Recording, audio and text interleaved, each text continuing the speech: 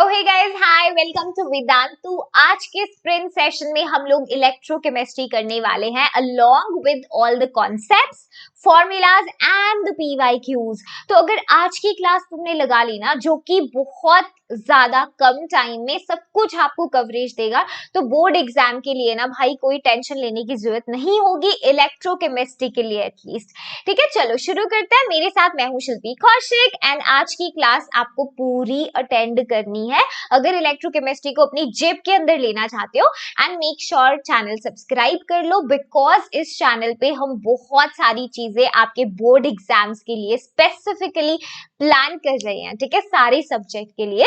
तो चैनल को सब्सक्राइब करो और अपने दोस्तों के साथ भी शेयर करो, ताकि आपके मास्टर टीचर्स की मेहनत जो है that is also like coming useful to maximum students, that's we want, right? तो देखो यार, इलेक्ट्रोकेमिस्ट्री में हम क्या पढ़ते हैं? हम पढ़ते हैं इंटरकन्वर्जन, इलेक्ट्रिकल एनर्जी का केमिकल एनर्जी में एक दूसरे में इंटरकन्वर्जन। ठीक है, तो यहाँ पर इंटरकन्वर्जन आप पढ़ रहे हो इन फॉर्म्स ऑफ एनर्जी का। तो एक चीज समझनी यहाँ पे बहुत जरूरी है कि कैसी रिएक्शंस मैम हम चैप्टर में पढ़ने वाले हैं। तो हम कैसी रिएक्शंस पढ़ेंगे? रिडॉक्स रिएक्शन, है ना, जहां पे रिडक्शन ऑक्सीडेशन साथ साथ होता है, साइमल्टेनियसली होता है। तो मैं थोड़ा सा कॉन्सेप्ट ऑक्सीडेशन रिडक्शन का रिवाइज करा रही हूँ तुम लोगों को, ताकि पूरे चैप्टर में तुमको कोई तकलीफ ना आए, स्मूथली कर पाओ, है ना। देखो, ऑक्सीडेशन किसी स्पीशीज को तुम कैसे बोलोगे उसका ऑक्सीडेशन हो रहा है? तुम उसके ऑक्सीडेशन नंबर को चेक करो। अगर उस स्पीशीज के ऑक्सीडेशन नंबर में इंक्रीज आया होगा तो वो ऑक्सीडेशन कहलाएगा। जैसे देखो, ए है, यहां से A2+ में चला गया, यानी ऑक्सीडेशन नंबर बढ़ गया, तो ये क्या कहलाएगा? ऑक्सीडेशन। अगर किसी स्पीशीज की ऑक्सीडेशन नंबर में डिक्रीमेंट आया होगा, डिक्रीज हुआ होगा, जैसे यहाँ पर बी है, B2 नेगेटिव में चला गया, तो वो क्या होगा? रिडक्शन होगा। अगर ऑक्सीडेशन नंबर में डिक्रीमेंट आया है तो वो रिडक्शन होगा, मतलब ऊपर आपका लॉस ऑफ इलेक्ट्रॉन्स हुआ है, नीचे वाली स्पीशीज में गेन ऑफ इलेक्ट्रॉन हुआ है। तो ये डेफिनेशन हम पूरा आगे तक यूज करेंगे। ठीक है, चैप्टर में दो तरीके के सेल्स तुमको पढ़ने हैं। पहले हैं गैल्वेनिक सेल, जिनको वोल्टाइक सेल्स भी बोलते हैं, जिनमें केमिकल एनर्जी को हम इलेक्ट्रिकल एनर्जी में कन्वर्ट करते हैं। यहाँ रिएक्शन लिखा है, इसकी जगह एनर्जी भी लिख सकते हो, है ना, दैट वुड बी फाइन।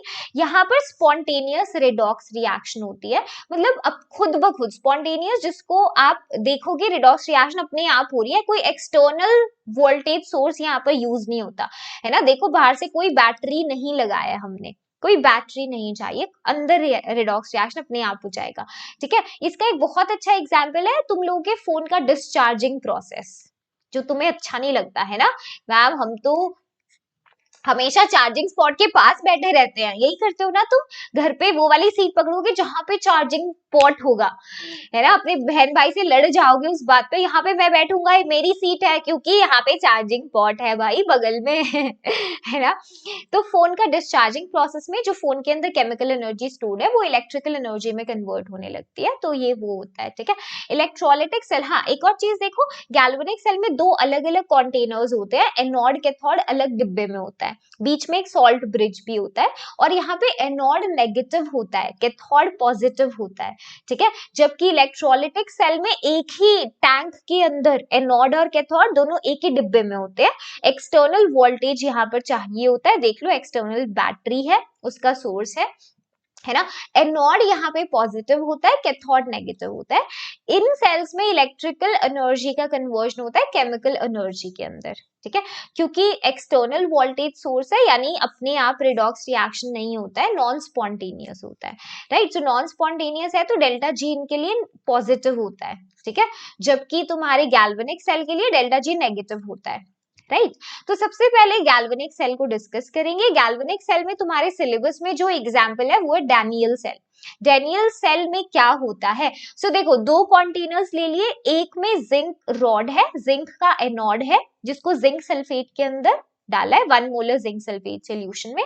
दूसरी साइड कॉपर का कैथोड है, जिसको कॉपर सल्फेट के अंदर डाला है 1 मोलर, है ना।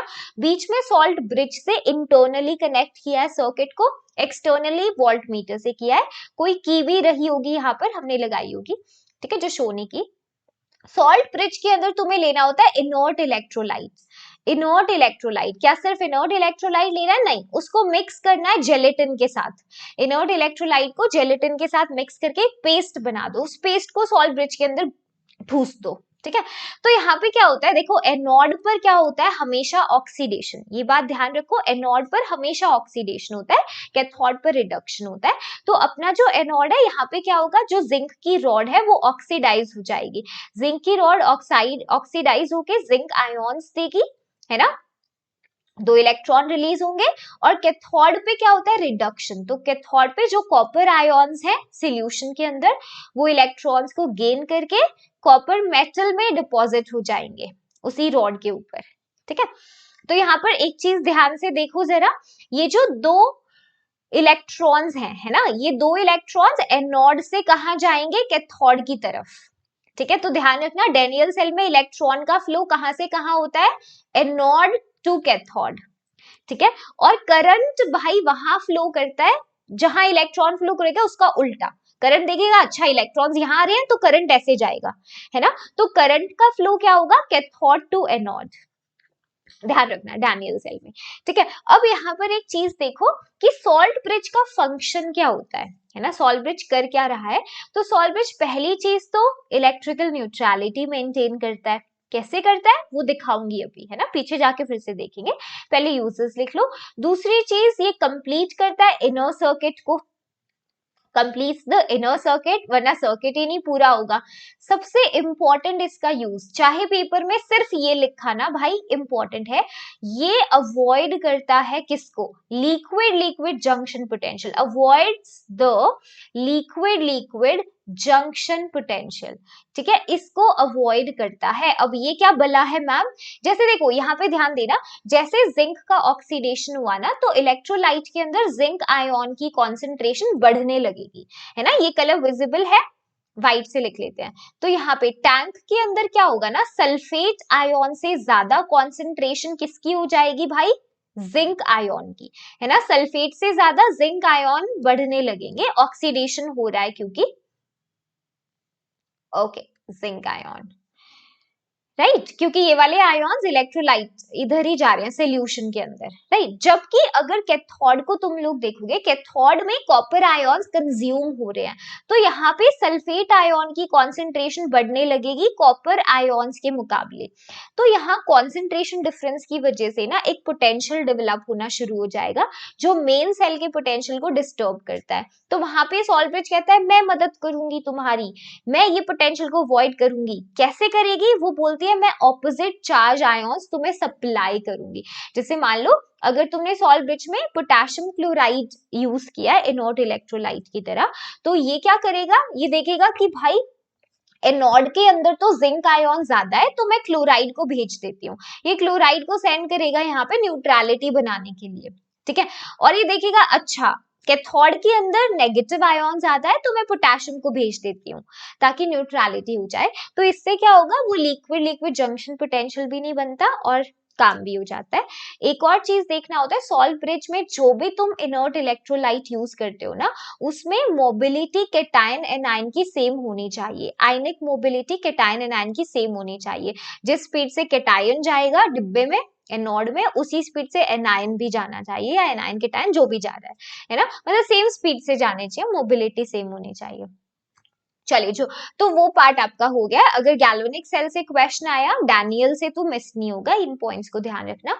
रिप्रेजेंटेशन कैसे करते हैं गैल्वेनिक सेल के, बीच में हम सॉल्ट ब्रिज दिखाते हैं, ठीक है, लेफ्ट हैंड साइड हम अपना एनोडिक पार्ट दिखाते हैं, मतलब ऑक्सीडेशन जहां हो रहा है, एनोडिक हाफ सेल इधर दिखाते हैं, और राइट हैंड साइड हम अपना कैथोडिक हाफ सेल दिखाते हैं जहां रिडक्शन हो रहा होता है, ठीक है। एग्जाम्पल लेकर समझाती हूँ, जैसे यहाँ पर देखो एक गिवन है हमें रिएक्शन, ठीक है, या फिर इनफैक्ट एक काम करो, पहले डैनियल सेल के लिए रिप्रेजेंट कर लो, डैनियल सेल के लिए रिप्रेजेंट कर लेते हैं, है ना। डैनियल सेल में हम कैसे रिप्रेजेंट करेंगे सेल को, तो पहले सॉल्ट ब्रिज लगाएंगे।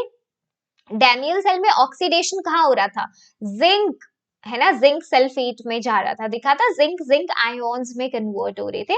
तो आप लिखो जिंक सॉलिड है ना, किसमें ऑक्सीडाइज हुआ था, जिंक आयन में। तो ये चीज देखो, जब फेज सेपरेशन करते हो ना, देखना जरा, जिंक आयन ये थे एक्वस, है ना, जब सेल का रिप्रेजेंटेशन करते हो तो फेज सेपरेशन के लिए हमेशा एक वर्टिकल लाइन को यूज किया जाता है, ठीक है। तो मैं ऐसे यूज कर सकती हूँ एक लाइन, ये ऑक्सीडेशन दिखाएगा, है ना, जिंक आयॉन्स में कन्वर्ट हुए थे, और कॉपर आयॉन्स देखो कॉपर में कन्वर्ट हो रहा था गेन ऑफ इलेक्ट्रॉन से, है ना। तो हम लिख सकते हैं कॉपर आयॉन्स कन्वर्ट हुए थे किसमें, कॉपर के अंदर सॉलिड। तो ये अपना एनोड वाला पार्ट है, ये कैथोड वाला पार्ट है, सही है, लिख सकते हो, ऐसे लिखना होता है। तो इसके लिए लिखकर दिखाना कमेंट सेक्शन में, ठीक है, कमेंट सेक्शन में। एक चीज ध्यान रखना, कभी आपको ऐसा सेल का रिप्रेजेंटेशन बोलेगा, है ना, जहां पे एक्वस सॉल्यूशन होंगे, सिर्फ एक्वस मतलब आयॉन्स ही होंगे, या कोई गैस होगी, गैस रिलीज हो रही होगी, तो वहां पे इलेक्ट्रोड हम प्लैटिनम का दिखाते हैं या ग्रेफाइट का, ठीक है। जैसे यही वाला सेल जो मैम ने कमेंट में बोला है, इधर आपका हाइड्रोजन गैस वाला पार्ट आ रहा है इधर। तो यहाँ पर इसके केस में आपको बेसिकली सॉलिड से एंड करना होता है, सेल रिप्रेजेंटेशन में आगे पीछे सॉलिड आनी चाहिए, इलेक्ट्रोड दिखानी होनी चाहिए, ठीक है। तो जैसे यहाँ तो सिल्वर की ही यूज हुई होगी, सिल्वर हमने दिखा दिया सॉलिड है यहाँ पर, अब इधर गैस थी तो प्लैटिनम लिख दिया करो, ठीक है, ध्यान रखना। अब सेल रिएक्शन को कैसे लिखते हैं, देखो सेल रिएक्शन के लिए एनोड वाला पार्ट पता है तुम्हें, लेफ्ट साइड है, कैथोड वाला पता है तुम्हें, राइट साइड है, अपना राइट साइड कौन सा पार्ट है, कैथोडिक पार्ट है। तो ऐसे रिएक्शन तुमको लिखना है, वो एनोड था, ये कैथोड है, ठीक है। तो एनोड पे क्या हो रहा है, ऑक्सीडेशन हो रहा है ना। तो हाइड्रोजन गैस हमारी हम लिख सकते हैं H+ आयोन्स में कन्वर्ट हो रही है ना, यानी लॉस ऑफ इलेक्ट्रॉन हुआ है। हमेशा बैलेंस करना है रिएक्शन को, दो हाइड्रोजन एटम है तो दो हाइड्रोजन इधर होंगे, यहाँ पे 2+ का चार्ज हो गया तो 2 नेगेटिव चार्ज होना चाहिए, ठीक है। कैथोड पार्ट पे क्या हो रहा है, देखो टिन 4+ में है ना, वहां पे वो इलेक्ट्रॉन्स को गेन करके, 2 इलेक्ट्रॉन्स गेन करके टिन 2+ में आ गया, है ना। तो ये सेल रिएक्शन लिखने से पहले एनोडिक कैथोडिक लिखनी होगी तुमको सेपरेट, ठीक है। फिर उसको जोड़ने से पहले, नेट सेल रिएक्शन जोड़ने से पहले ये ध्यान रखना तुम लोग कि जो भी जितने इलेक्ट्रॉन का लेन देन है वो बराबर होना चाहिए। जैसे यहाँ 2 इलेक्ट्रॉन निकले तो यहाँ 2 गेन होने चाहिए, उसके बाद ही ऐड कर सकते हो, क्योंकि जो नेट सेल रिएक्शन है उसमें इलेक्ट्रॉन्स नहीं नजर आने चाहिए, ठीक है। तो अब इसको जोड़ लो, क्या बनेगा, हाइड्रोजन गैस है, टिन है आपका 4+ में, आसान है ना, कर लोगे इसे। 2H+ आयोन्स है उधर, PYQs करेंगे सेशन में, डोंट वरी, ठीक है। फिर यहाँ 2+, ओके, देखो लिखा है ना। N यहाँ पर कितना हो गया, 2 के बराबर हो गया, कर लोगे इसे, यस, ओके, बहुत बढ़िया। अब देखो इलेक्ट्रोड पोटेंशियल हम ऑक्सीडेशन के लिए भी यूज कर सकते हैं, मतलब oxidation half cell, reduction half cell के लिए सेपरेटली, बट ज्यादा जो पेपर में लाइक हम जो क्वेश्चंस में यूज करेंगे, जिसकी बातें करेंगे, वो रिडक्शन पोटेंशियल का होगा, ठीक है। कहीं पे standard electrode potential, standard term देखो ना, इसका मतलब वो एक फिक्स्ड कंडीशन पे डिफाइन किया गया है। वो कंडीशन क्या है, temperature 298 kelvin, pressure to be precise pressure 1 bar होता है, प्रेशर 1 बार, है ना। और इलेक्ट्रॉन लाइक जो भी आपने लिया सोल्यूशन के अंदर, है ना, उनकी कॉन्सेंट्रेशन 1 मोलर, इस कंडीशन पे जो आपने पोटेंशियल निकाला है इलेक्ट्रोड पोटेंशियल, वो स्टैंडर्ड रिडक्शन पोटेंशियल होगा, स्टैंडर्ड लाइक इलेक्ट्रोड पोटेंशियल जो IUPAC ने हमें दिया है। बाय डिफॉल्ट IUPAC ने एलिमेंट्स का स्टैंडर्ड रिडक्शन पोटेंशियल हमें दिया हुआ है ना, एक टेबल है, मैं दिखाऊंगी तुमको, ठीक है। तो एक चीज का ध्यान रखना, इस इलेक्ट्रोड पोटेंशियल में, जैसे मान लो मैंने किसी का रिडक्शन पोटेंशियल लिखा है ना, रिडक्शन पोटेंशियल, तो आप उसके लिए ऑक्सीडेशन पोटेंशियल लिख सकते हैं। Standard reduction potential oxidation potential की वैल्यू मैथमेटिकली बराबर होगी, but with a negative sign, sign उनका नेगेटिव हो जाता है ना, लाइक दैट। तो अभी देखो एक ये वाली यहाँ से क्वेश्चन पूछे जाते हैं इलेक्ट्रोड पोटेंशियल पे, है ना, एजेंट्स पूछ सकता है इनमें से बताओ किसकी सबसे ज्यादा रिड्यूसिंग पावर है, किसकी कम है। तो उसके लिए ध्यान रखो, जितना ज्यादा रिडक्शन पोटेंशियल हाई होगा, ठीक है, हायर द रिडक्शन पोटेंशियल, उसकी उतनी ही ज्यादा टेंडेंसी है to get reduced, reduction potential मतलब वो खुद खुशी खुशी रिड्यूस होना चाहेगा, tendency to get reduced is high, उतना खुशी से रिड्यूस होना पसंद करेगा, है ना। अगर खुशी खुशी टेंडेंसी टू गेट रिड्यूस अगर हाई है, यानी दूसरे को ऑक्सीडाइज करने की टेंडेंसी, देखो सोच के देखो, अगर मेरा रिडक्शन पोटेंशियल ज्यादा है तो मैं खुद रिड्यूस होना पसंद करूंगी, और दूसरे, यानी मैं इसको ऐसे बोल सकती हूँ, खुद रिड्यूस होना पसंद करना मतलब दूसरे को ऑक्सीडाइज करना मैं पसंद करूंगी, तो it means I would be a better oxidising agent. समझ रहे हो, अगर किसी स्पीशीज का रिडक्शन पोटेंशियल ज्यादा है मतलब खुद रिड्यूस होना चाहेगा, दूसरे को ऑक्सीडाइज करना चाहेगा, दूसरे को ऑक्सीडाइज करने वाली स्पीशीज ऑक्सीडाइजिंग एजेंट्स होते हैं, है ना, तो बेटर ऑक्सीडाइजिंग एजेंट होगा। और अगर किसी स्पीशीज का ऑक्सीडेशन पोटेंशियल ज्यादा है मतलब उसकी टेंडेंसी टू गेट ऑक्सीडाइज्ड ज्यादा है ना, खुद ऑक्सीडाइज होने की टेंडेंसी ज्यादा है मतलब दूसरे को रिड्यूस करने की टेंडेंसी ज्यादा है, तो बेटर रिड्यूसिंग एजेंट। अगर इन पे कोई सवाल आए तो भाई बना लेना, क्वेश्चंस आते हैं यहाँ से भी, है ना, रट्टा नहीं लगाना ऑर्डर का, राइट। ई नॉट सेल का कैसे निकालते हैं, ई नॉट सेल का निकालते हैं रिडक्शन पोटेंशियल। देखो अगर सेल का ई नॉट निकालना है तो आप स्टैंडर्ड रिडक्शन पोटेंशियल लेंगे कैथोड का, ठीक है, उसमें से घटा देंगे स्टैंडर्ड ऑक्सीडेशन पोटेंशियल, किस नहीं रिडक्शन पोटेंशियल की टर्म में ही बात करना तुम, जो IUPAC ने बोला है ठीक है, स्टैंडर्ड रिडक्शन पोटेंशियल कैथोड का, उसमें से घटा देना स्टैंडर्ड रिडक्शन पोटेंशियल एनोड का। देखो मैंने रिलेशन दोनों के बीच का बताया है तुमको, बस साइन उलट तो तुम अलग तरीके से निकाल सकते हो, बट इसी को यूज करना, एक ही तरीका यूज करोगे तो बेटर होगा, ठीक है। रिडक्शन पोटेंशियल कैथोड का उठाओ, उसमें से घटा दो रिडक्शन पोटेंशियल एनोड का। ये पोटेंशियल लिखे कैसे होंगे देखो ये भी दिखाती हूँ, जैसे मैंने लिखा ई नॉट कॉपर 2+ से कॉपर, रीड करो इसे, यस इसको कैसे रीड करोगे, यस रीड कर सकते हो, ये देखो 2+ से 0, 2+ से 0 गया, डिक्रीमेंट आया ऑक्सीडेशन नंबर में, यानी ये स्टैंडर्ड रिडक्शन पोटेंशियल लिखा है मैंने, है ना। यहाँ देखो ये ऑक्सीडेशन नंबर इंक्रीज हो गया, यानी ये क्या है, स्टैंडर्ड ऑक्सीडेशन पोटेंशियल। यहाँ भी देखो ऑक्सीडेशन नंबर बढ़ रहा है, तो ये भी क्या लिखा है, स्टैंडर्ड ऑक्सीडेशन पोटेंशियल। पहचान लोगे ना क्या लिखा हुआ है क्वेश्चन में, वो जरूरी होगा, ठीक है। ये इलेक्ट्रोकेमिकल सीरीज है भाई, इसका रट्टा बिल्कुल भी नहीं लगाना है, सिर्फ डेटा समझना है कि जैसे देखो नीचे की साइड अगर तुम लोग देख रहे हो, है ना, लिथियम है, जैसे लिथियम आयन की टेंडेंसी टू गेन इलेक्ट्रॉन बहुत ज्यादा कम है, स्टैंडर्ड रिडक्शन पोटेंशियल -3.05 है, अभी पीछे बताया था, है ना। अगर स्टैंडर्ड रिडक्शन पोटेंशियल कम है मतलब टेंडेंसी टू गेट रिड्यूस्ड कम है, खुद रिड्यूस होना नहीं चाहता, इलेक्ट्रॉन गेन करना नहीं चाहता, दूसरे को देना चाहता है ना, तो ये स्ट्रॉन्गर रिड्यूसिंग एजेंट होगा, strong reducing agent, weak oxidising agent. तो इसको उसी तरह रिलेट किया करो जैसे यहाँ पे समझाई थी ये वाली बात, ऐसे, ठीक है। या इसको ऐसे भी देख सकते हो, स्टैंडर्ड रिडक्शन पोटेंशियल कम है तो स्टैंडर्ड ऑक्सीडेशन पोटेंशियल कितना होगा, बहुत हाई, +3.05 वोल्ट, है ना, यानी खुद ऑक्सीडाइज होना चाहता है, दूसरे को रिड्यूस करना चाहता है, मतलब स्ट्रॉन्गेस्ट रिड्यूसिंग एजेंट अपनी सीरीज में। ऐसे ऊपर वालों को अगर देखोगे, जिनकी स्टैंडर्ड रिडक्शन पोटेंशियल बहुत ज्यादा है, वो खुशी खुशी रिड्यूस होना चाहते हैं, तो वो स्ट्रॉन्ग ऑक्सीडाइजिंग एजेंट होते हैं, वीक रिड्यूसिंग एजेंट। इनके क्वेश्चन बना लेना, है ना, मुश्किल नहीं होंगे भाई। नोस्ट इक्वेशन से ना हर साल सवाल आता है, 101%, लिख लो, मतलब लिखित में ले लो, यहाँ से सवाल आएगा ही आएगा। अभी PYQs दिखाऊंगी ना, आधे से ज्यादा सवाल तुम बोलोगे मैम नोस्ट इक्वेशन पे आए हुए हैं, सीधा एक्सप्रेशन ध्यान रखो, कोई डेरिवेशन नहीं करनी है ना, स्प्रिंट में हम डेरिवेशन पे इतना ध्यान नहीं देते, वैसे भी एग्जाम पर्सपेक्टिव से देखो EMF सेल का होगा ई नॉट सेल, जो स्टैंडर्ड सेल पोटेंशियल है, -0.0591, जिसको तुम यूज करो 0.06 न्यूमेरिकल्स में, ठीक है, इससे हेल्प मिलेगी काफी, डिवाइडेड बाय n वही आपका कितने इलेक्ट्रॉन लूज या गेन हुए थे एनोड के तौर पर, लॉग यहाँ पे लिखा जाता है reaction question, QC। Reaction question लिखने के लिए आपको, जैसे आपकी ये रिएक्शन है उसमें सारे एक्वस थे अगर आयोन्स, है ना।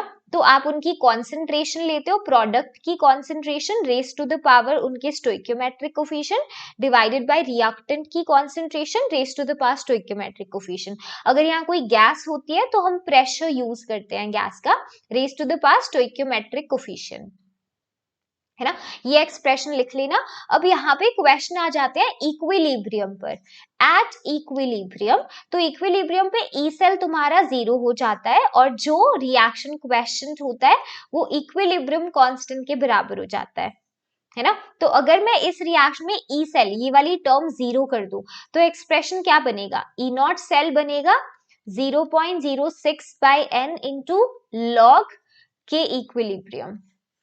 देखो इसे यूज कर सकते हो, ये वाली टर्म अपनी 0 हो गई, ई नॉट को उधर ले आओ, है ना। और ये वाला पूरा क्यूसी क्या बना, केसी, है ना, इक्विलिब्रियम कांस्टेंट। तो इसको यूज कर सकते हो, राइट। चलो the next are the electrolytic cells को देखते हैं। गैल्वेनिक सेल का इतना ही पार्ट होता है इंपॉर्टेंट एग्जाम के लिए, ठीक है। इलेक्ट्रोलिटिक सेल्स के अंदर आप देख रहे हो एक हम सब्सटेंस लेंगे टैंक के अंदर, इलेक्ट्रोलाइट, उससे इलेक्ट्रिसिटी पास करेंगे, उसका ब्रेक डाउन हो जाएगा, है ना। इसी प्रोसेस में हम जो एग्जाम में क्वेश्चन एक्सपेक्ट करते हैं वो ऐसे होते हैं, आपको इलेक्ट्रोलिसिस के प्रोडक्ट बताने होते हैं, ठीक है। जैसे मोल्टन NaCl अगर टैंक में लेते हो, मोल्टन मतलब नियरली मेल्टेड फॉर्म लिया है सोडियम क्लोराइड का, ठीक है। जो टर्मिनल बैटरी के पॉजिटिव से कनेक्टेड होता है वो एनोड होता है यहाँ पर, ठीक है। जो बैटरी के नेगेटिव से कनेक्टेड है वो यहाँ कैथोड होता है ना। NaCl को देखो, NaCl में जैसे इलेक्ट्रिसिटी पास करोगे ये टूट जाएगा सोडियम आयॉन्स में और क्लोराइड में। यहाँ और कोई आयॉन तो है नहीं, है ना। तो सोडियम आयॉन पॉजिटिव है, ये नेगेटिव कैथोड के पास जाएगा, कैथोड पे अट्रैक्ट हो जाएगा, है ना। तो कैथोड पे जाके सोडियम आयन क्या करेंगे, रिडक्शन, इलेक्ट्रॉन गेन करके सोडियम मेटल की फॉर्म में डिपॉजिट हो जाएगा, ठीक है। अगर तुम लोग एनोड पे देखो, एनोड पे कौन जाएगा भाई, नेगेटिव आयन क्लोराइड, है ना। क्लोराइड जाएगा एनोड पर, वहां पे इलेक्ट्रॉन लूज करके क्लोरीन गैस रिलीज करेगा। बैलेंस कर लो रिएक्शन, 2 क्लोरीन 2 इलेक्ट्रॉन, है ना। तो सोडियम मिलता है कैथोड पे, क्लोरीन गैस मिलती है एनोड पे। अगर यही चीज मैं सॉल्यूशन के साथ करूं, NaCl का अगर मैं सॉल्यूशन ले लूं, तो सॉल्यूशन में समझ रहे हो इलेक्ट्रिसिटी पास करने पे सोडियम आयन आएगा, क्लोराइड आयन, साथ में पानी भी है तो वाटर से H+ आएगा और OH आयन आएगा। तो यहाँ पे फाइट होता है, यहाँ पे फाइट होता है कि कौन सा आयन कैथोड पर जाएगा, कौन सा आयन एनोड पर जाएगा, ठीक है। तो ध्यान रखना, देखो केटायंस के लिए भाई क्या होता है, केटायंस के लिए वो वाला केटायन जाएगा आपके कैथोड के ऊपर जिसका स्टैंडर्ड रिडक्शन पोटेंशियल की वैल्यू ज्यादा होगी, जिसकी स्टैंडर्ड रिडक्शन पोटेंशियल ज्यादा है वो वाला केटायन चला जाएगा कैथोड के ऊपर, ठीक है। तो यहाँ अगर सीरीज से कंपेयर करोगे ना तो H+ आयन की टेंडेंसी ज्यादा होती है ना, उसका रिडक्शन पोटेंशियल की वैल्यू ज्यादा है सोडियम आयन से। तो कैथोड के ऊपर कौन जाएगा, H+, ठीक है, इलेक्ट्रॉन को गेन करके हाइड्रोजन गैस रिलीज कर देगा, है ना। बैलेंस कर सकते हैं, राइट, ओके। अब यहाँ पे एनायंस के लिए कैसे डिसाइड करोगे, एनायंस के लिए एक सीरीज को याद रखो, ठीक है। एनायंस का ऑर्डर याद रखो, कौन सा ऑर्डर, स्नो ओ CBI, आसान है ना। देखो लिखवा देती हूँ यहाँ पे, एनायंस के लिए क्या फॉलो करना है, एनायंस के लिए इस ऑर्डर को फॉलो करो, snow sulphate ion, nitrate, snow oh hydroxide, CBI chloride, bromide, iodide, chloride, bromide, iodide. ये टेंडेंसी होगी कहाँ पे जाने की, एनोड पर, ठीक है। तो यहाँ पे कंपेयर करो क्लोराइड और OH आयन में से देखो क्लोराइड जाएगा, क्लोराइड जीत जाएगा, है ना। तो एनोड पे तो कैथोड पे तुम्हारा हाइड्रोजन रिलीज हुआ था, है ना, कैथोड पे हाइड्रोजन रिलीज हुआ था। तो यहाँ पे एनोड पे कौन रिलीज होगा भाई, क्लोराइड आयन जाकर ऑक्सीडाइज हो जाएंगे, क्लोरीन गैस देंगे, ठीक है ना। क्लोरीन गैस मिलेगी कहां पर हमें, एनोड पे, हाइड्रोजन मिलेगी कैथोड पे। और नेचर ऑफ इलेक्ट्रोलाइट अगर पूछे, nature of electrolytic solution after electrolysis, वो बेसिक हो जाएगा, है ना। जो बचे हुए सोडियम हाइड्रोक्साइड है वो बोलेंगे हम भी मिलके NaOH बना लेंगे, तो ये नेचर कैसा हो जाएगा, बेसिक हो जाएगा, ठीक है। जब देखो सेम ही आपके पास ऐसा दिया होगा, कॉपर सल्फेट है इलेक्ट्रोलाइट और सेम ही मेटल का रॉड लिया है, कॉपर का ही इलेक्ट्रोड लिया है, तो ऐसे केसेस रिफाइनिंग में यूज होते हैं, जब मेटल का हमें प्योरिफिकेशन करना होता है। तो इधर बहुत आसान होता है, आंख बंद करके तुम क्या करो, एनोड पे जो भी आपका मेटल है ना, उसका आपने क्या करना है, ऑक्सीडेशन कराना है, ठीक है। कॉपर यहाँ पे ऑक्सीडाइज करा दो और कैथोड पे उसका रिडक्शन करा दो, ठीक है। बस फर्क ये होता है, एनोड पे हम इम्प्योर मेटल को लेते हैं और कैथोड पे हमें प्योर मेटल मिलता है, पर रिएक्शन इसमें सेम ही होती है एनोड कैथोड पर, ठीक है। चलो अब फैराडेज लॉ देखो, फैराडेज लॉ बोलते हैं फर्स्ट लॉ इलेक्ट्रोलिसिस का, कि जितनी अमाउंट ऑफ सब्सटेंस होगी जो इलेक्ट्रोड पे डिपॉजिट या लिबरेट होगी, वो डायरेक्टली प्रोपोर्शनल होती है कितना चार्ज आप पास करते हो। ये तो वही बात होगी भाई, जितनी पढ़ाई करोगे, है ना, जितना चार्ज, सॉरी यहाँ पे क्यों, ठीक है, जितना आप पढ़ाई करोगे उसके हिसाब से ही आपके मार्क्स आएंगे। कम पढ़ाई करोगे तो कम नंबर आएंगे, ज्यादा करोगे तो ज्यादा आएंगे, है ना। पूरा सेशन देखोगे तो फुल मार्क्स आएंगे, इजंट इट। तो ये है कि जैसे जो भी आप अमाउंट एक्सपेक्ट कर रहे हो, है ना, डिपॉजिट या लिबरेट होगा किसी इलेक्ट्रोड पे, वो देखने के लिए आप देखो आपने कितनी क्वांटिटी का चार्ज पास किया है, वो उससे प्रोपोर्शनल होगा, ठीक है। सो क्यू आपको पता है, मतलब यहाँ पे प्रोपोर्शनैलिटी का साइन है, वो हटा के हम एक कांस्टेंट Z इंट्रोड्यूस करते हैं जिसको बुलाते हैं इलेक्ट्रोकेमिकल इक्विवेलेंस, राइट। तो आप उसकी वैल्यू रख सकते हो, QIT के बराबर होता है, तो ये एक्सप्रेशन आप यूज करते हो। इलेक्ट्रोकेमिकल इक्विवेलेंस को आप सब्स्टिट्यूट कर सकते हो इस फॉर्म में, है ना, राइट। सही है वैल्यू। ये F क्या है आपका, ये Z, देखो Z को सब्स्टिट्यूट किया E/F, equivalence weight by F Faraday's, जो 1 मोल इलेक्ट्रॉन का चार्ज होता है ना, वो 96500। इस एक्सप्रेशन पे सीधे क्वेश्चन आ जाते हैं, ध्यान रखना, ठीक है। सेकंड लॉ ये बोलता है कि भाई जब सेम अमाउंट ऑफ चार्ज पास करते हो अलग अलग इलेक्ट्रोलिटिक सोल्यूशन में जो सीरीज में कनेक्टेड होंगे, तो जो भी वेट आपका डिपॉजिट होगा इलेक्ट्रोड पे, है ना, वो रेशो में होते हैं उनके इक्विवेलेंट वेट के। मतलब जैसे देखो ये E से इक्विवेलेंट वेट है, जो यहाँ भी मैम ने बताया था, ये रहा, ये E is the equivalent weight, F Faraday's है, ठीक है। हाँ, तो यहाँ पे जो भी मतलब वेट डिपॉजिट हो रहा है ना सब्सटेंस का, वो डायरेक्टली प्रोपोर्शनल होगा उनके इक्विवेलेंट वेट के। तो W1 by W2 E1 by E2 के बराबर होगा, ये वाली चीज, ठीक है। जहां पे आपका W वही W1 mass of substance 1 deposited at electron, W2 दूसरे वाले का है ना, E1 इक्विवेलेंट वेट है पहले वाले का, E2 दूसरे का। और इक्विवेलेंट वेट का फॉर्मूला क्या होता है, molecular weight by n factor, देख सकते हो, n फैक्टर यहाँ निकाल सकते हो आराम से, चार्ज देख के उससे निकल जाएगा, ठीक है। इजी है, कर लेंगे हम, क्वेश्चन आए तो यहाँ से कर लेंगे ना। एवरीवन टेल शिल्पी मैम, कोई दिक्कत तकलीफ नहीं मैम, हम बहुत स्मार्ट हैं, तुम लोग तो बहुत स्मार्ट हो, आराम से कर लोगे, है ना। चलो यहाँ पे छोटे छोटे फॉर्मूलाज होते हैं, उनको एक बार ध्यान से देखना। रेजिस्टेंस से शुरू करो, देखो रेजिस्टेंस डायरेक्टली प्रोपोर्शनल होता है length by area of cross section, है ना, लेंथ एरिया सब कुछ लिखा हुआ आपके नोट्स के अंदर, नोट्स में प्रोवाइड करा दूंगी। अगर प्रोपोर्शनैलिटी का साइन लगाते हो तो यहाँ कांस्टेंट आता है रो, जिसको बोलते हैं रेजिस्टिविटी या फिर स्पेसिफिक रेजिस्टेंस, राइट। रेजिस्टेंस का यूनिट निकाल लेना, इनमें सब्स्टिट्यूट करके वैल्यूज, है ना, ओम होता है। तो यहाँ पे अगर मैं रेजिस्टिविटी की वैल्यू निकालूं वो आएगी RA/L, होगा RA/L, होगा, यस और नो, यस मैम। तो यूनिट निकालो, देखो रेजिस्टेंस ओम होता है, area centimetre square, length centimetre, ठीक है। तो रेजिस्टिविटी की यूनिट देखो ओम सेंटीमीटर, इजी है, याद है, कितने बच्चों को याद था बताओ मैम को, हाँ मुझे याद था। देखो फिर कंडक्टेंस होता है जो कि उल्टा होता है तुम्हारे रेजिस्टेंस का, रेसिप्रोकल ऑफ रेजिस्टेंस, इसकी यूनिट होती है ओम इनवर्स, सही है, कर लेंगे हम, बताओ कर लेंगे ना हम, यस मैम। चलिए, the next is the specific conductance या फिर कंडक्टिविटी, जिसको कापा बोलता है। ये होता है reciprocal of the specific resistance.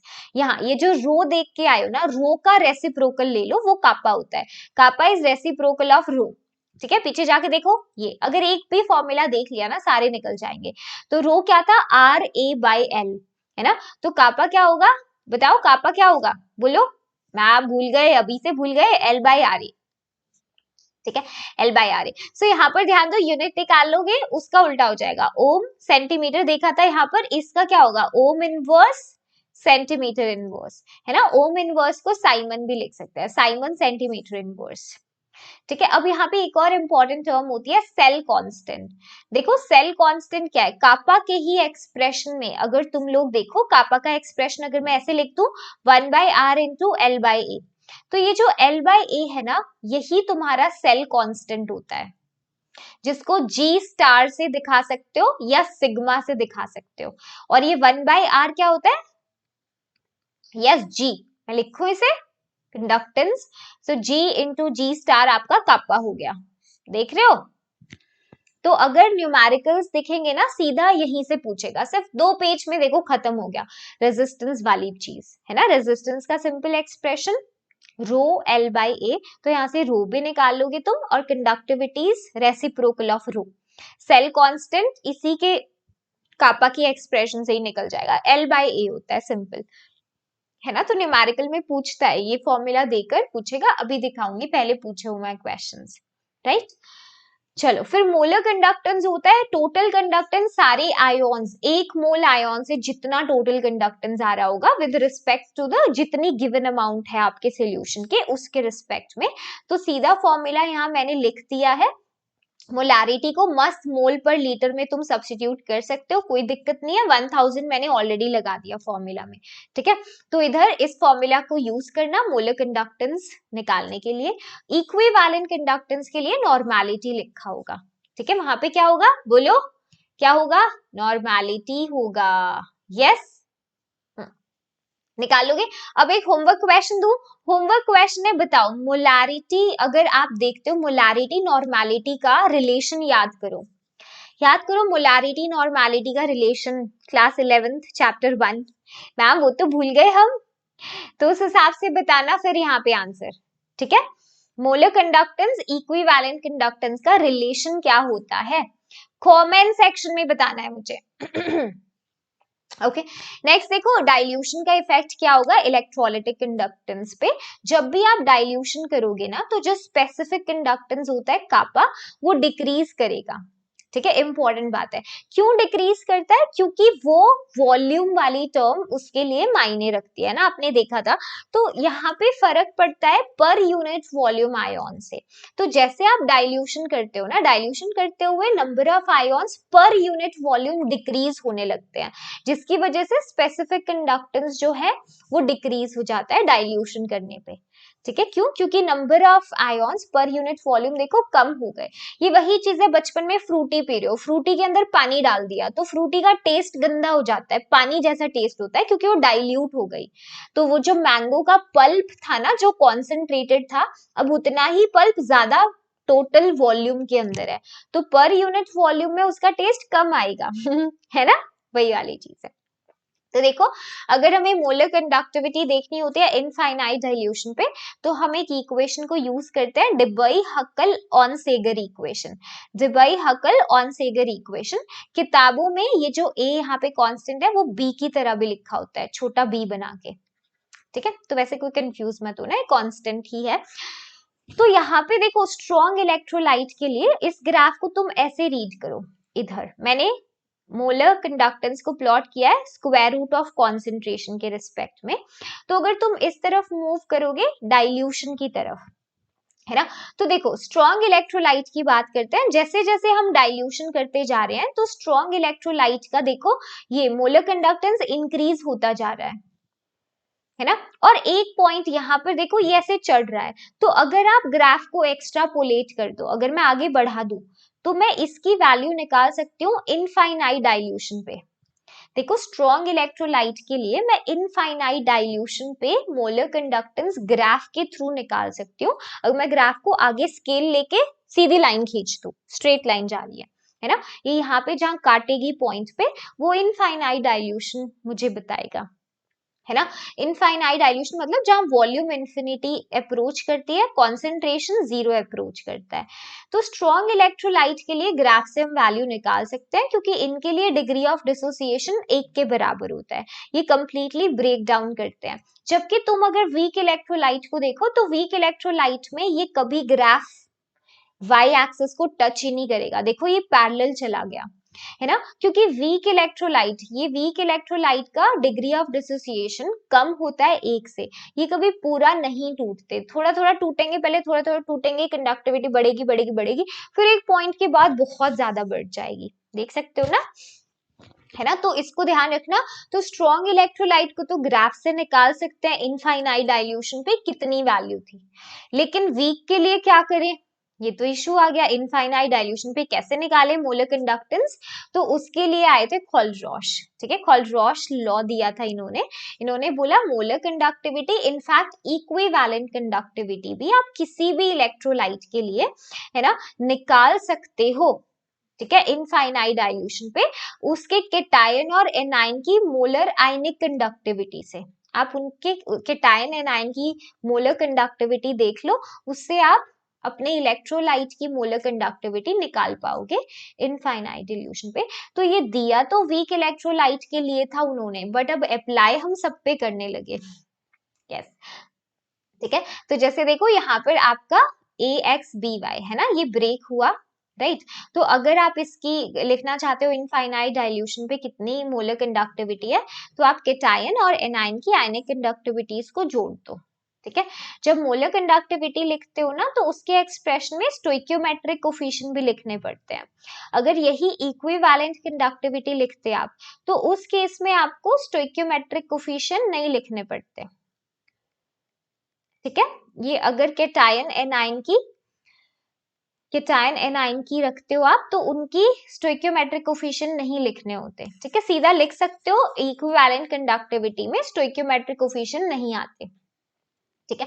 ये देखो एप्लीकेशन क्या है खोलरॉश लॉ के, पहला एप्लीकेशन तो भाई वीक इलेक्ट्रोलाइट की कंडक्टेंस निकाल सकते हो आप, है ना, जैसे एसिटिक एसिड का निकालना है आपको इनफाइनाइट डाइल्यूशन पे, तो आप डिफरेंट डिफरेंट इलेक्ट्रोलाइट्स के थ्रू निकाल सकते हो। देखो आपको इसके लिए कौन से आयन चाहिए, एक तो एसीटेट आयन चाहिए हमें, है ना, और एक H+ आयन चाहिए। तो उसके लिए आप क्या करो, ये सोडियम एसीटेट को और HCl को जोड़ दो, है ना, इनकी मोलर कंडक्टिविटीज को जोड़ दो इनफाइनाइट डिल्यूशन पे, ताकि मुझे CH3COOH मिल जाए।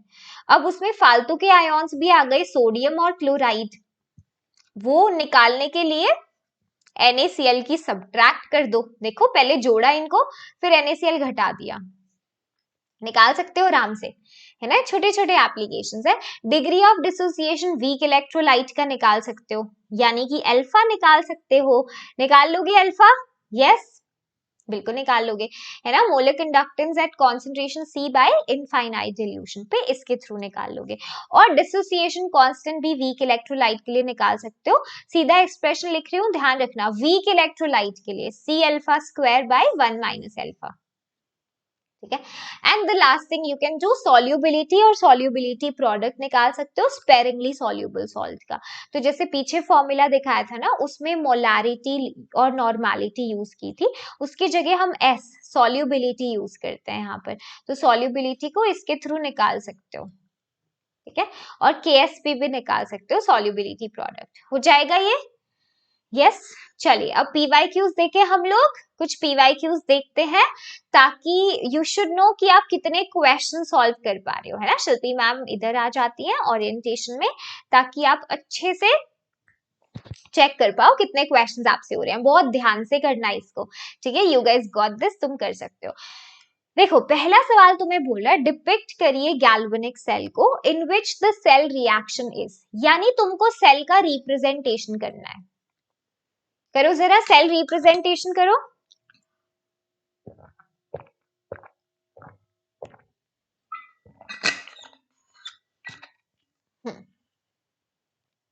कह रहे देखो सेल रिप्रेजेंटेशन के लिए हमारा बीच में आएगा सॉल्ट ब्रिज, है ना, फिर अपना ऑक्सीडेशन एनोड कहाँ आएगा, लेफ्ट साइड में।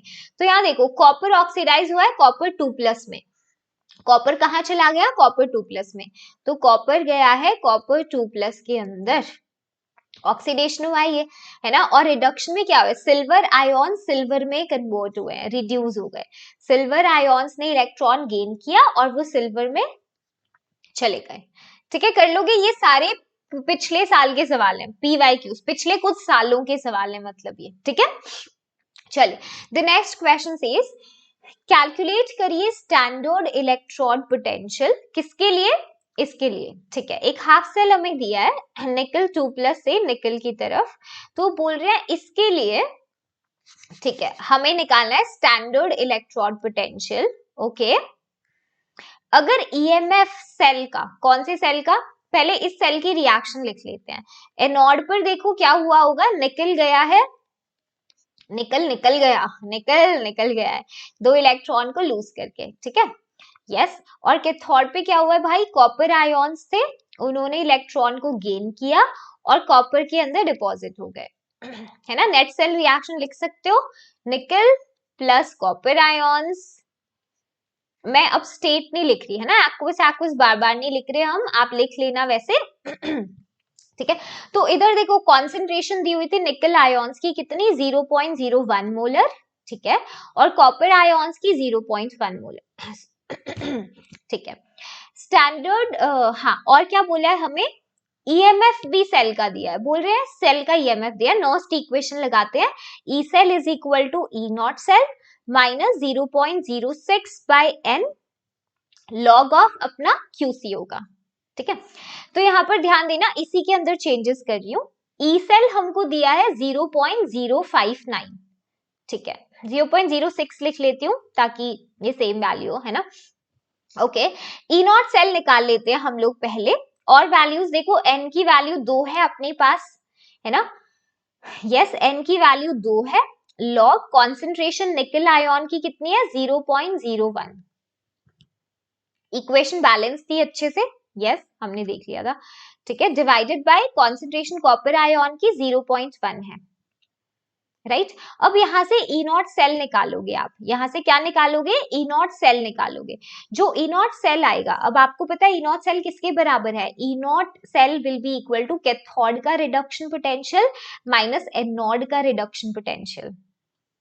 देखो देखो देखो, इन्होंने किसका पूछा है, यहाँ पे एक डंडा लगा लो आप, ठीक है, एक डंडा, हाँ, यहाँ पे कॉपर 2+ कॉपर में कन्वर्ट हो रहा है, उसका स्टैंडर्ड रिडक्शन पोटेंशियल ऑलरेडी दिया है, कैथोड का स्टैंडर्ड रिडक्शन पोटेंशियल पहले से दिया है 0.34, एनोड का निकल 2+ से निकल कन्वर्ट होने में, है ना, इसका हमें निकालना है, ये वाला स्टैंडर्ड रिडक्शन पोटेंशियल एनोड का हमें निकालना है, तो यहां से निकाल लो, ई नॉट सेल की वैल्यू जो भी आएगी यहाँ पे रख दो, है ना, और इसकी वैल्यू निकाल लो, निकाल सकते हो, चेक करते हैं, देखो यहाँ पे आंसर ई नॉट सेल कितना आएगा, ई नॉट सेल 0.03 वोल्ट के आसपास आएगा, साथ साथ सॉल्व करो, आना चाहिए तुम्हारा। ठीक है, अब देखो 0.03 और ये ई नॉट कैथोड, है ना, इनको सॉल्व कर लो, तो आपके पास स्टैंडर्ड रिडक्शन पोटेंशियल एनोड का आ जाएगा 0.31 वोल्ट। कितने बच्चे सवाल कर पाएंगे, यस, प्रीवियस ईयर क्वेश्चन है, कर लोगे, कोई तकलीफ, दर्द, दुख, पीड़ा नहीं होनी चाहिए। ठीक है, चलिए यहाँ देखो ईएमएफ सेल का बताओ, ये भी वैसा ही नॉस्ट इक्वेशन का सवाल है, कर लोगे। ईएमएफ सेल का बताना है 25 डिग्री सेल्सियस पर, पहले एनोड कैथोड की रिएक्शन लिखो, एनोड पे क्या हो रहा है, ऑक्सीडेशन, सिल्वर गया सिल्वर आयन में, स्टेट नहीं लिखा मैम ने, ठीक है, कैथोड पे क्या हुआ है, gain of electron, copper ions electron gain करके कॉपर में गए। अब देखो अगर ये कैथोड पे 2 इलेक्ट्रॉन गेन हुआ है तो एनोड पे भी 2 लूज होने चाहिए, तो इसको पूरी इक्वेशन को 2 से मल्टीप्लाई कर दो, उसके बाद ही जोड़ सकते हो। नेट सेल रिएक्शन आप लोग फाइनली तब लिख सकते हो जब आपके इलेक्ट्रॉन्स का लेन देन बराबर हो चुका होगा, ठीक है, इस बात को ध्यान रखना।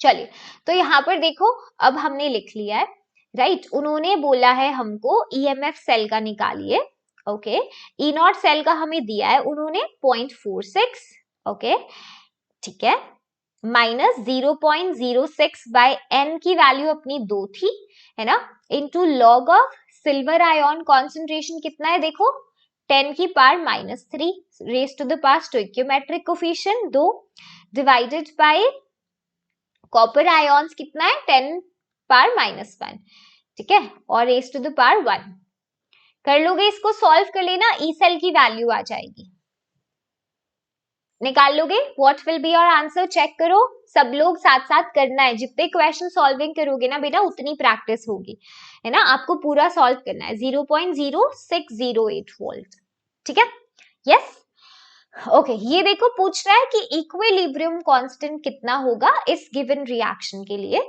तो इक्विलिब्रियम कांस्टेंट निकालो रिएक्शन के लिए, यस, इक्विलिब्रियम कांस्टेंट, इक्विलिब्रियम पे ईएमएफ सेल का 0 हो जाता है ना, तो आपका फॉर्मूला क्या बना था, E not cell was 0.06 by n into log of K equilibrium, ये निकालना है हमें, ई नॉट सेल का बनाओ, ई नॉट कितना निकलेगा देखो, आयरन 2+ में कन्वर्ट हुआ, ये अपना ऑक्सीडेशन है ना, और कैडमियम 2+ से गया कैडमियम में, ये रिडक्शन है, तो यानी ये कैथोड है, पहले आयरन वाला एनोड था, तो कैथोड का रिडक्शन पोटेंशियल देखो -0.40, सब्ट्रैक्ट कर दो एनोड का रिडक्शन पोटेंशियल जो कि दिया हुआ है -0.44, है ना, -0.44, इसको सॉल्व कर लो, -0.40 प्लस 0.44, यहां से आएगा ई नॉट सेल, एन की वैल्यू कितनी होगी 2 होगी, रख के निकाल लोगे वैल्यू, ये सारे पिछले सालों के सवाल है, तो इधर कोई तकलीफ दर्द नहीं होना चाहिए, बिल्कुल सीधा है ना, 22.69 के करीब आएगा, इसमें एंटी लॉग लेना पड़ेगा लास्ट में आपको, है ना, सॉल्व करने के लिए, पर टेंशन मतलब पेपर में ऐसी कैलकुलेशंस नहीं देंगे जहां पे तुम फंस जाओगे, ठीक है, ये क्वेश्चन देखो, इसमें आपसे सेल का ईएमएफ पूछा है और साथ साथ डेल्टा जी नॉट भी पूछा है, तो डेल्टा जी नॉट का पता है ना, NF E not cell minus NF E not cell लगा देना, पहले सेल का ईएमएफ निकालो, उसी तरीके से जैसे पिछले कुछ सवाल किए हैं, ई नॉट सेल का निकालने के बाद अपने इस एक्सप्रेशन में निकाल के डेल्टा जी नॉट की वैल्यू निकाल सकते हो बहुत आराम से, कर लोगे, बिल्कुल वैसा ही सवाल है, इसीलिए बोला था भाई 100% यहाँ से क्वेश्चन आते हैं नोस्ट इक्वेशन से, तो इसको तुम छोड़ नहीं सकते हो, ठीक है, ये देखो, express the relation between conductivity and molar conductivity of a solution held in a cell, kappa और मोलर कंडक्टिविटी का रिलेशन बताना है, अभी फॉर्मूला करके आयो, है ना, यस, कर लोगे बहुत आराम से, यस मैम, ये कापा है आपका, ठीक है, अभी पीछे देखा था ना आपने, वही वाला फॉर्मूला है जिसको तुमने ऐसे लिखा था, अरे मैम वहां कैसे लिखा था, भूल गए क्या भाई, यही तो है, दिखाया था मैंने, बोला था इस फॉर्मूला में आप मोल पर लीटर में रख सकते हो मोलारिटी, या सिंपल मोलर में, ठीक है, ये देखो, express the relation among the conductivity of a solution in a cell, the cell constant and resistance of solution in the cell, बिल्कुल आसान है, वहां एक्सप्रेशन कराई थी पीछे, वही चीज डालनी है, ट्राई करो इसे, कंडक्टिविटी, सेल कांस्टेंट और रेजिस्टेंस, एक रिलेशन बताओ इनके बीच में, दिखाया था ना, एक ही स्क्रीन पे सारे रिलेशंस लिखे थे, बना सकते हो बहुत आराम से, राइट, चलिए, तो यहाँ पे वही फॉर्मूला जो मैम ने पीछे लिखवाया था आपको, वो सब्स्टिट्यूट पुट कर देना आपको, ठीक है, कुछ दिक्कत नहीं आएगी, कर लोगे,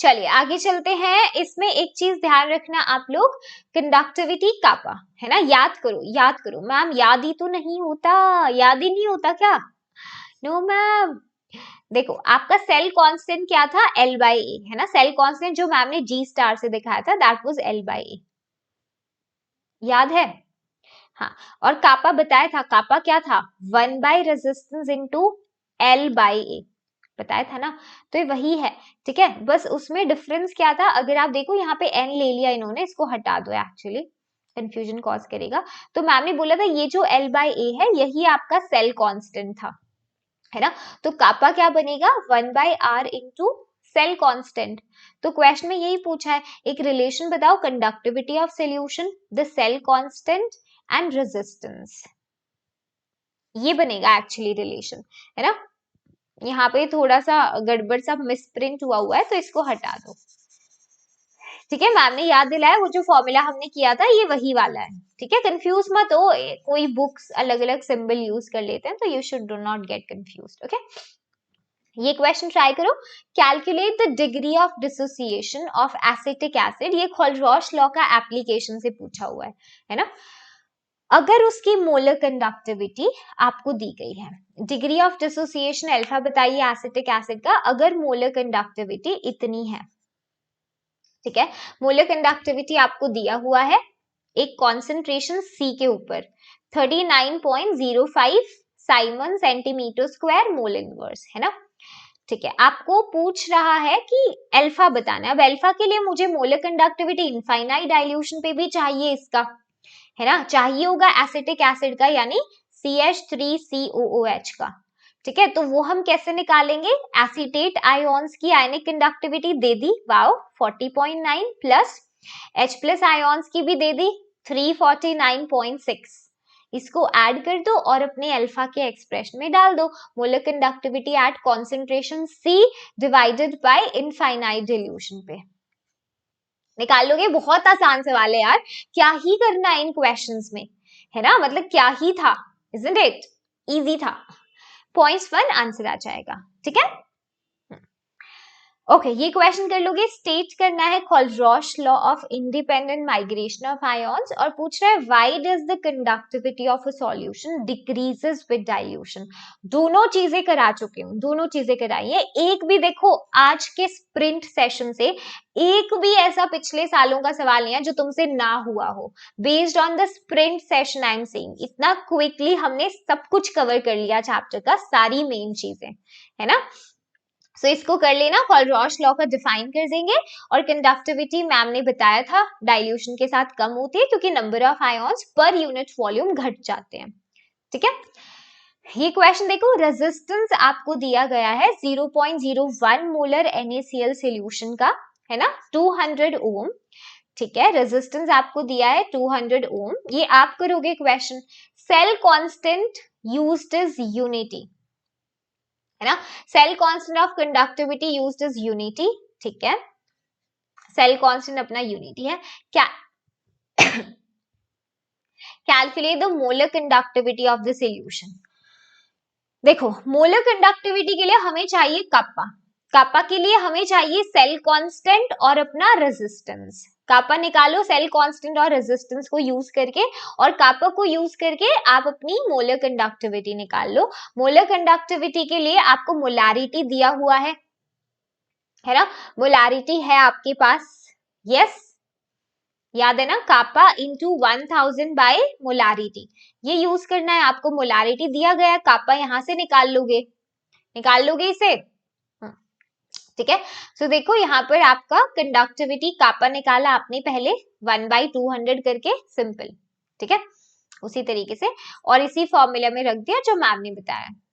आसान है क्या, मुश्किल था क्या भाई ये? ओके हाँ, एक चीज मैम को बतानी है, यहाँ पे एक बैटरी वाला पोर्शन भी है इस चैप्टर में जो आपको एनसीईआरटी से रीड करना है ना। बैटरी में 2-3 बैटरीज हैं, उनको देख लेना एक बार, राइट, क्योंकि भाई बोर्ड्स में ना वहां से भी सवाल पूछ लेता है, वो पूरा थ्योरेटिकल पार्ट है, वो आपको याद करना है बैठ के। तो उसमें एनोड कैथोड में क्या रिएक्शंस हो रही है, आपने क्या इलेक्ट्रोलाइट लिया है, उन चीजों को, एनोड किसका है, कैथोड किसका है, ऐसे ध्यान रखना। ठीक है, वहां से क्वेश्चन आ जाता है। जैसे प्राइमरी सेल के बारे में पूछा है ना, प्राइमरी सेल में प्रोडक्ट आप चेंज बैक नहीं कर सकते रिएक्टेंट्स में, मतलब नॉन रिचार्जेबल सेल जो ड्राई सेल्स हैं आपके नॉर्मल, है ना, मर्क्यूरी सेल्स हैं, तो इनको ये वाला पार्ट एक बार देख लेना। मैंने यहाँ अटैच किए हैं क्वेश्चन ये बताने के लिए कि उस सेगमेंट से भी क्वेश्चन आ जाते हैं जो बच्चे फॉर ग्रांटेडली लेकर छोड़ देते हैं, तो आप प्लीज कर लेना उसे, है ना। नाम बताइए सेल का जो ट्रांजिस्टर्स के अंदर यूज होता है, उसके में रिएक्शन क्या होती है एनोड कैथोड पे।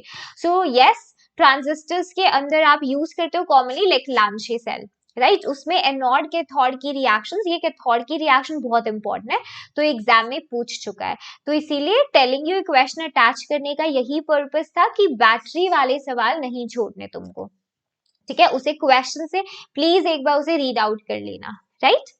चलिए, आज के सेशन के लिए इतना ही। आज हमने पूरा इलेक्ट्रोकेमिस्ट्री रिवाइज कर लिया। अब आपके लिए सुनने की कुछ ध्यान से बातें। पहली बात, मैंने डीपीपी भी अटैच किया है इसके साथ। आज के सेशन पीडीएफ में डीपीपी भी है, ठीक है। अभी शायद मैं कवर कर रही होंगी स्क्रीन को। तो जो डीपीपी अगर आपको चाहिए, if you really want to solve it, और सारे सॉल्व क्वेश्चंस हैं डीपीपी के अंदर, ठीक है, सब कुछ सॉल्व किया है। अगर डीपीपी चाहिए तो आपको कमेंट करना पड़ेगा नीचे, ताकि we can provide you on the Telegram. Telegram पे कुछ ही घंटों बाद मैं आपको डीपीपी प्रोवाइड कर दूंगी, मतलब ये सेशन के नोट्स प्रोवाइड कर दूंगी बेसिकली, है ना, इस क्लास के नोट्स तो आपको मिल जाएंगे वो, राइट। अब आपको कमेंट करके बताना पड़ेगा स्प्रिंग टेक सेशन आप नेक्स्ट कौन से चैप्टर का चाहते हो, and did you like the session, do let us know. And यार प्लीज अपनी इस वीडियो को शेयर करना अपने दोस्तों के साथ, ताकि ज्यादा से ज्यादा बच्चे इस चैनल के साथ जुड़ पाए और हम साथ में सेशंस लेना शुरू करें, है ना, आपके बोर्ड एग्जाम की रिवीजन के लिए। तो make sure you do that. And yes, that is it for today's class. Thank you so much. Next time फिर मिलते हैं एक नए चैप्टर के साथ। Thank you, bye.